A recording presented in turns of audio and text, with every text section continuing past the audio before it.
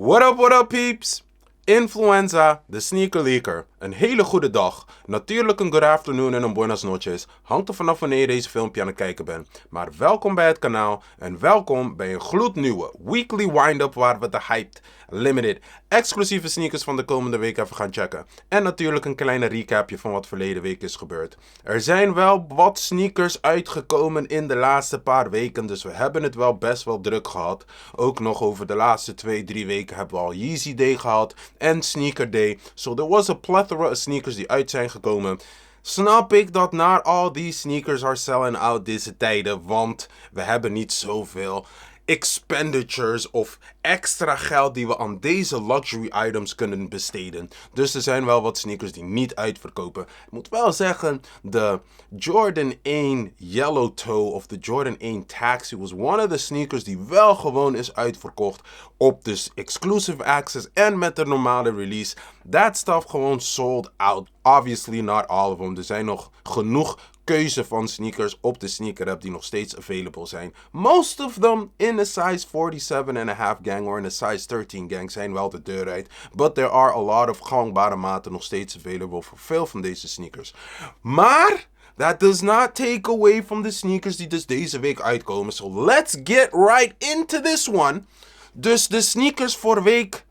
We zitten nu gewoon in week 35 dat we ingaan. Dus let's get right into this weekly wind-up voor week 35, 35, 35. Let's gizzy.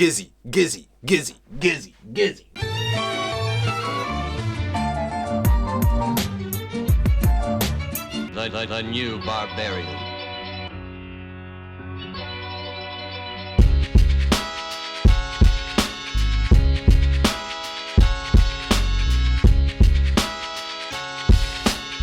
De Air Max 1 Patta Waves Pure Platinum moet deze week uitkomen. Hij was al verleden week op de Patta site zelf uitgekomen. Obviously I tried for it, maar ik heb gewoon een dikke L gekregen, because the size 47.5 is ook wel gelijk de deur uitgegaan. Ik krijg echt het gevoel dat voor 47,5 op de Patta site zijn er maar iets van 4 sneakers. Dus de aantallen van de size 13 gang moet misschien iets van 4 of 5 zijn, because they were sold out immediately. Maar obviously, die zwart-witte was the one that I'd want to get van deze hele collectie. Is de zwart-witte echt the one that I really wanted. Maar de Dark Russet is gewoon een dikke W voor mij en ik ben er heel blij mee. Maar nu komen we met dus de Pure Platinum. Het zou me niet verbazen als ze toch wel later met meer kleuren of toch wel een other iteration of iets ermee doen to keep the wave going. Maar als het goed is voor deze pakket, voor deze pack gewoon, is deze Pure Platinum de last colorway, de 6th colorway van deze hele Patta wave. Wat je dus niet op de foto's kan zien, dus tenminste op de sneaker heb op andere afbeelding heb ik het wel een klein beetje kunnen zien. Dus we weten wel, there is cracked leather op deze versie van de Air Max 1 Patta Waves. En die cracked leather die zit op de upper overlay, dus bij de eye stays en dat soort dingen. Niet op de mudguard en ook niet op de heel counter en zo, maar echt op de upper overlays van de sneaker heb je dus een soort van een off-white, wat donker wit, net geen grijs wil ik zeggen. En that is supposed to be cracked leather. Alleen op de sneaker app afbeeldingen zie je dat niet echt duidelijk. Maar er zijn wel andere afbeeldingen waardoor je ziet that there is cracked leather on it. Now, the question of the year of the question of the wave is, wat vinden we nou van de cracked leather als het dus daadwerkelijk cracked leather op deze Air Max 1 Patta Waves Pure Platinum is?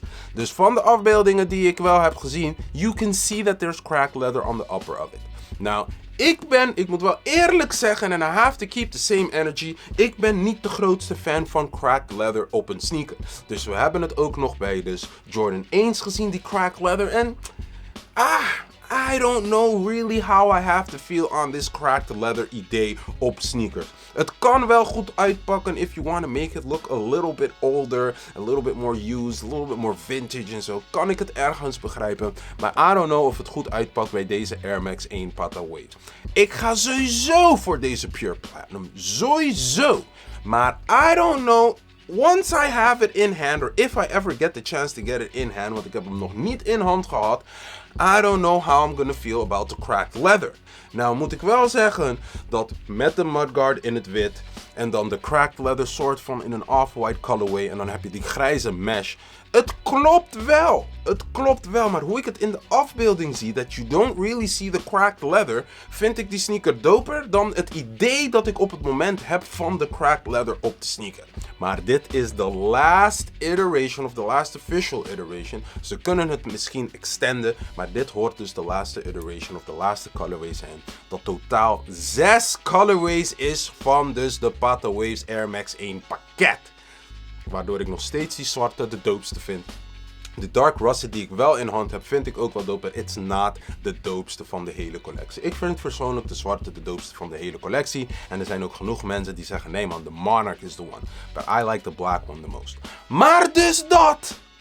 De Air Max 1 Patta Waves Pure Platinum, wat de laatste colorway van dit hele pakket moet zijn, is gonna come out this week op de sneaker app. So maybe we get lucky with an exclusive access, but I doubt it. Dus dan wordt het gewoon op de normale release van deze week op de sneaker app. Daar gaan we ons best mee doen. Het kan ook zijn dat het ook nog op andere plekken komt, maar wij gaan ons focussen, of tenminste ik ga me focussen op de sneaker app. Hopefully I can get it for retail there, because I missed op de Patta site.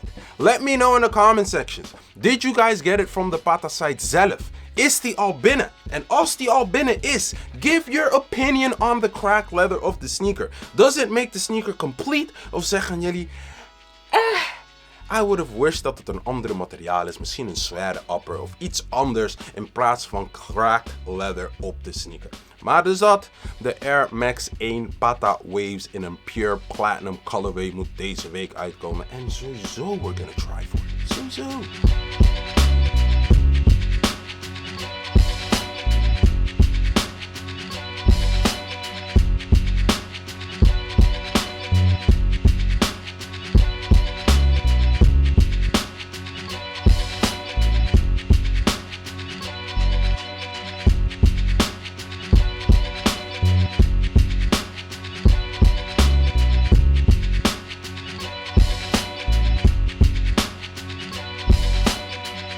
Van de Air Max 1 Patta Waves Pure Platinum gaan we verder met de Sacai Cortez Nike in een 4.0 versie en in een white colorway. Jullie zien al dat het eigenlijk de Forrest Gump Cortez is die ze hebben aangepakt. De Sacai elementen erin hebben gezet en je ziet ook nog dat er een nieuw technology in deze Cortez dat je normaal niet in een Cortez hebt. De daadwerkelijke Nike Cortez is, als het goed is, voor het eerst uitgekomen in 1972. 1972. Dus we snappen al wat de kwaliteit en de technology van de Cortez is. I mean, in 1972 was er niet zoveel technologie van sneakers. Dus het was gewoon volgens mij een polyurethane of zo'n bepaalde cheape foam actie die aan de onderkant zat. En dan had je gewoon wat textiel overheen to cover your feet. En dat was Cortez met een Nike teken erop. Dus nu dat Sacai deze Cortez heeft aangepakt, dan zien we al dat er een extra technologie op deze Nike Cortez zit. En dat is namelijk dus de zoom pods die aan de voorkant op de forefoot van de sneaker zit. Which geeft het een beetje een interessante look. En ook nog het feit dat er nog extra technologie in deze Nike Cortez zit. Kan het zijn dat this one has a level of comfortability that far higher is dan de original Cortez, vooral if it's the Cortez from 1972. Nou, het zou me niet verbazen dat over the years they've came out with more Cortezes, waardoor eventueel dat ze de materialen een beetje hebben veranderd to make it more comfortable. Maar deze Sacai Cortez zie je duidelijk dat they put a zoom pod in the forefoot of the sneaker. En natuurlijk, als jullie vaker mijn filmpjes hebben gezien, jullie weten al dat Sacai zet dubbel alles. Dat is echt een key point voor Sacai, dat er dubbel alles is. Ik weet niet of ze nog een dubbele stack hebben gezet van deze Zoom Air in de forefoot. Hoe ik het op de afbeelding zie je dat er alleen maar één zoom pod is aan de voorkant. Maybe there's two, one on the left side and one on the right side. Wat je ook nog in LeBron sneakers zo nu en dan ziet en zo. Dus if that is the case, dan obviously it should be more comfortable than an original Cortez. There is a level of interestingness in deze sneaker. En ook nog het feit dat er dubbel alles erbij zit. Which makes the sneaker a little bit more sneaker-like, ietsjes voller dan een normale Cortez, maar dan nog met die Zoom AirPods nog erbij, denk ik wel dat het wat gaat zijn. Want een original Cortez zou ik zeggen van, eigenlijk, ik zie niet echt veel meerwaarde in de original Cortez, maar dat Sacai dus niet dubbel alles op deze sneaker heeft gezet en je hebt Zoom pods in de forefoot van de sneaker, denk ik wel dat het een interessante sneaker is. Dus I might actually go for this one just to see, want ik vind de silhouet van een Cortez vind ik wel interessant. Alleen, ik heb natuurlijk de Cortez Stranger Things en toen ik die had gepast, I mean, the feeling of a Cortez ben ik niet echt gewend bij.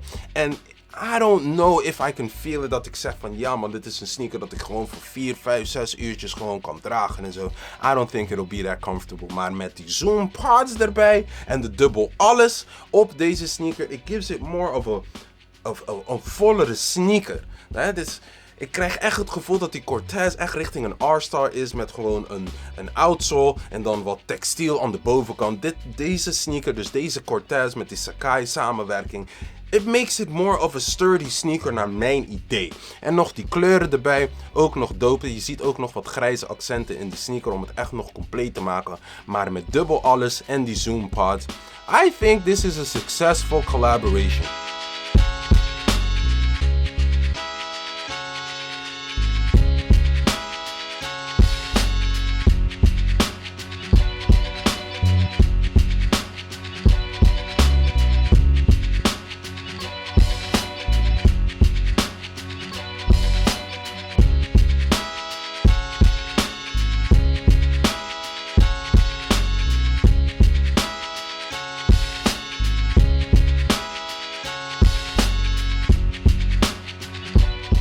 Gaan we verder met de Jordan 4 Black Canvas die ook deze week uit moet komen.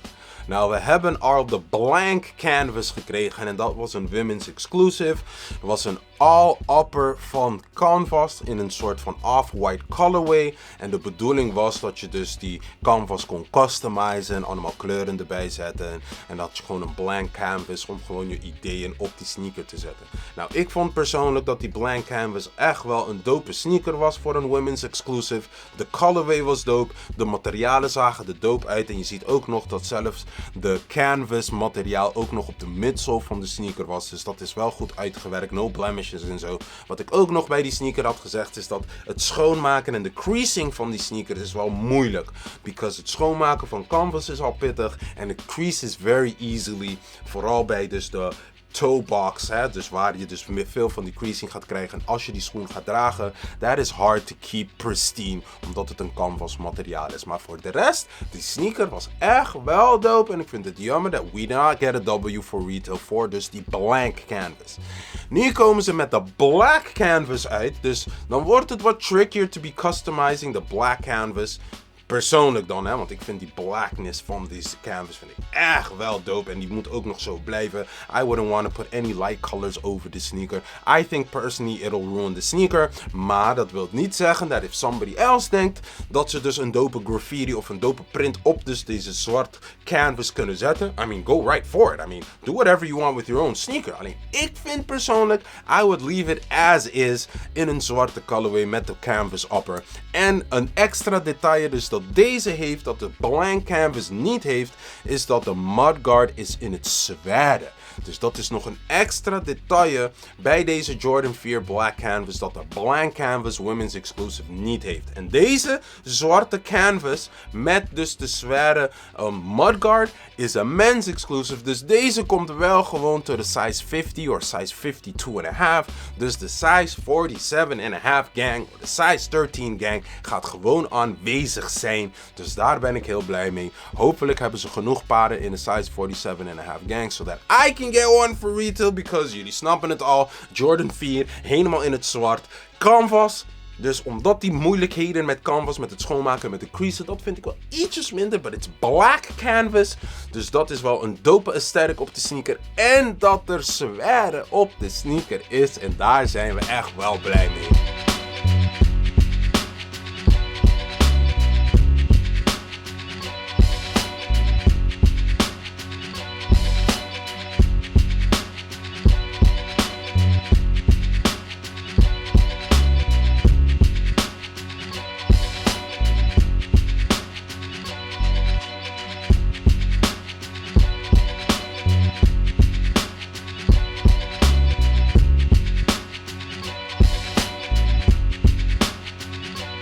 Van de Jordan 4 Black Canvas gaan we verder met de Jordan 6 Georgetown. Of hoe de sneaker app het nu noemt is de Jordan 6 Magnet and College Navy. Waarom ze weer niet gewoon de publicly appointed name van de sneaker willen aanhouden? I don't know. But we all know dat dit is gewoon de Jordan 6 Georgetown. Nou is het niet specifiek van dus de college, be inspired by your college and by your school en zo. Maar deze Jordan 6 heeft dus die college tag er niet op. And we're not mad at it. At least I'm not mad at it. Want die college tag en zo vind ik wel ietsjes minder op een Jordan. Maar het feit dat dit gewoon de Jordan 6 Georgetown is. I mean, de suede on this one, tenminste hoe ik het op de afbeeldingen zie, de suede is daar. Het is geen Canyon Purple suede. Het is ook geen Jordan 6 British Khaki van Travis Scott. Dat was ook nog een zware hairy suede erop. But de suede is best wel daar. Maar het is gewoon echt die sappige suede dat als je met je vinger eroverheen gaat, then you see that the color changing, the shade changing op de suede is. So you know we got some good suede on this one. Of tenminste hoe ik het op de afbeelding heb gezien, ga ik vanuit dat that's the suede that we're gonna get on it. Maar het grijs ziet er echt wel beautiful uit. En ook nog met die hits of College Navy erop. Echt die subtle hits van College Navy. I mean, it's gewoon een Georgetown sneaker. We hebben als het goed is ook nog die Jordan 1 Georgetown gehad, beginning of the year. En we hebben ook nog een Jordan 3 Georgetown gehad. Volgens mij was die in de loop van verleden jaar was die uitgekomen. Dus deze Jordan 6 Georgetown hebben ze echt wel goed gedaan naar mijn idee en hoe ik het op de afbeelding zie. Dus hopefully I can get this sneaker in hand. Echt hopefully, because this is one I really want. En ik hoop ook nog erbij dat deze ook nog blijven liggen. Like a lot of the sneakers op de sneaker app nu aan het liggen zijn. Because of the situation. And people may have to make decisions en zo. En ik snap het. De Jordan 6 is niet de meest gewilde silhouet. Maar het is ergens wel een beetje daar. En met deze suede erbij. I'm really hoping I get that size 13 gang gewoon voor retail. Dat ik niet naar de sneaker app ga. En dan uiteindelijk dat ik zie that most of the sizes are available. But size 47,5. Oftewel size 13 gang is gewoon een van de eerste die de deur uit gaat. Dat zou me echt gewoon helemaal niet verbazen. En uiteindelijk volgende week horen jullie mij zeggen. Ja, die Jordan 6 Georgetown. It sold out in the bigger sizes. 45, 46 en 47 en hoger. Maar er zijn nog genoeg maten. Als je nog wat een kleinere voet hebt. Onder de 44 of onder de 43 kan je die sneaker gewoon halen. Ik hoop het niet.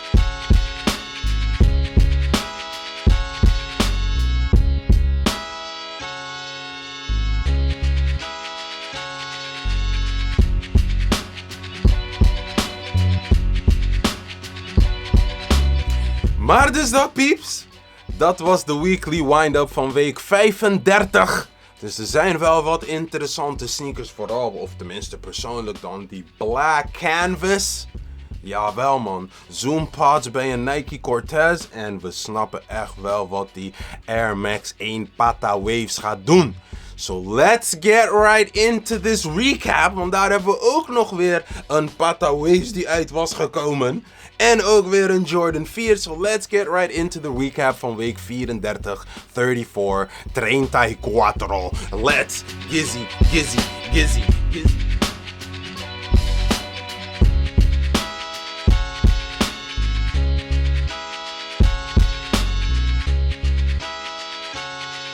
The fifth pair of the Air Max 1 Patta Waves was verleden week uitgekomen. En dat was dus de Air Max 1 Patta Waves Dark Russet. The one where I got exclusive access from. Was heel erg blij mee. Alleen helaas waren er nog paren over op dus de Patta.nl app. En als we nu gaan kijken op de sneaker app zijn er nog steeds wat sporadische paren over van deze Air Max 1 Patta Waves. Dus ik zag toevallig al een maatje 49,5 en ook nog wat sporadische kleine maten die nog available zijn voor de Air Max 1 Patta Waves in een Dark Russet colorway. Dus om nu de resale van deze sneaker te gaan aankaarten heeft niet zoveel zin. Want ik denk de resale gaat niet meer dan $200 200 of 250 zijn. Voor de maten die uitverkocht zijn. Maar omdat die sneaker dus niet uitverkocht is op de sneaker app. En hij was ook nog niet uitverkocht op dus Patta.nl. Ik weet niet of het nu, at the moment of recording of Patta.nl al helemaal uitverkocht is met de Dark Russet. Maar op de sneaker app staan ze gewoon er nog steeds in sporadische maten. Natuurlijk, size 47,5 gang is niet meer aanwezig. Maar er zijn wel bepaalde maten die nog aanwezig zijn. En misschien kan je het nog steeds op de sneaker app halen of op Patta.nl. Maar ik denk dat de resale van de meeste van deze sneakers, of tenminste de meeste van deze maten, are not gonna exceed €250. Dan zou mensen echt gierig zijn dat ze zoveel geld ervoor vragen. Want because the sneaker market is in de situatie waar het nu is en de economy ook in de situatie waar het nu is het een beetje tricky om al dit geld te gaan uitgeven voor deze sneakers. En ik krijg echt het gevoel dat Nike echt veel sneakers aan het uitdrukken is in de laatste paar weken. Waardoor it's too much luxury money to be spending on all these luxury items. Vooral nog met de tijd dat we dus nu geld echt moeten gaan besteden in stuff that we actually really need. En like huur en eten en dat soort dingen. I mean, kan het een beetje tricky zijn to have a lot of money to be spending on these sneakers. I mean, vooral als je gaat kijken naar al deze sneakers. I mean, are we gonna wear all these sneakers all at once? Nee. Dus om te zeggen dat we zo gierig moeten zijn voor al deze sneakers, nee.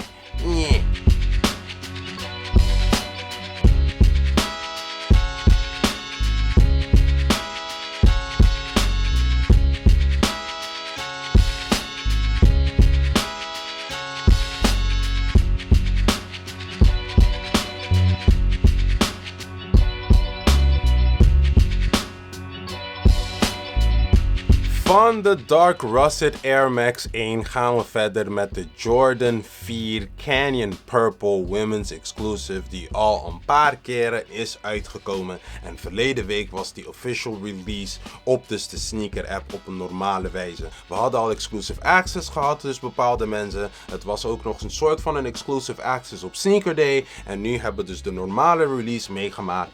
En je ziet nog steeds dat er ook nog bepaalde maten available zijn op de sneaker app op het moment van deze opname.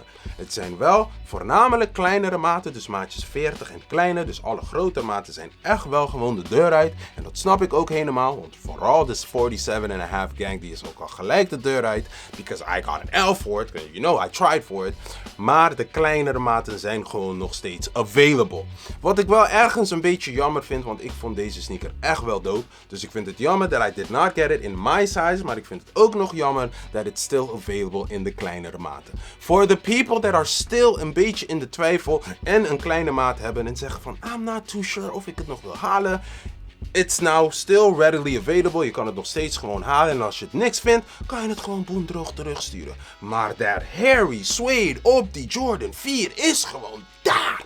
En ik snap niet that enough people did not want the sneaker, waardoor het nog steeds gewoon available is op de sneaker app. Het kan zijn dat I'm a little bit more biased, omdat het een Jordan 4 is. En het feit dat die materiaal, ik vind die hairy suede op die sneaker zo dope. I mean, it's so dope, persoonlijk dan. Ik kan het wel ergens begrijpen als mensen zeggen, oké, die hairy suede is dope in het paars. But what is the green in the midsole and why did they have orange accents op de sneaker? Het klopt gewoon niet.